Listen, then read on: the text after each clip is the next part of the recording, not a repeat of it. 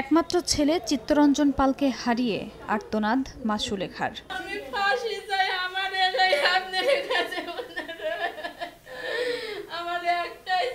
স্বজনরা জানান ২৭ এপ্রিল রাজশাহীর তানোরের হাবিবনগর পালপাড়া গ্রামের চিত্তরঞ্জন পাল নিজ বাড়ি থেকে নিখোঁজ হন। অনেক খোঁজাখুঁজি করে না পেয়ে তানোর থানায় সাধারণ ডায়েরি করে পরিবার। নিখোঁজের ২০ দিন পর শনিবার সকালে গ্রামের পাশে শিবনদী থেকে চিত্তরঞ্জনের বস্তাবন্দি মরদেহ উদ্ধার করে পুলিশ। পরিবারের দাবি, প্রেমঘটিত ঘটনার জেরে মেয়ের পরিবার এই হত্যাকাণ্ড ঘটিয়েছে। ওনারাই মেরে ফেলছে, কারণ যদি মেরেই না ফেলে তাহলে ছেলের মেয়ের ভাই আর মেয়ে কেন উধাও হয়ে থাকলো। এই ঘটনা এখন দাদা আমরা সুস্থ বিচার চাই, আর ফাঁসির চাই আমরা। এই ঘটনায় স্বপন পাল ও ছবি রানী নামের দুইজনকে গ্রেফতার করেছে পুলিশ।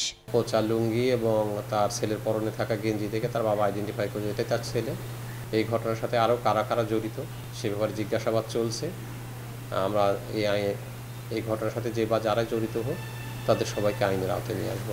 চিত্তরঞ্জন পাল পেশায় একজন মুদি দোকানি ছিলেন। সময় সংবাদ, রাজশাহী।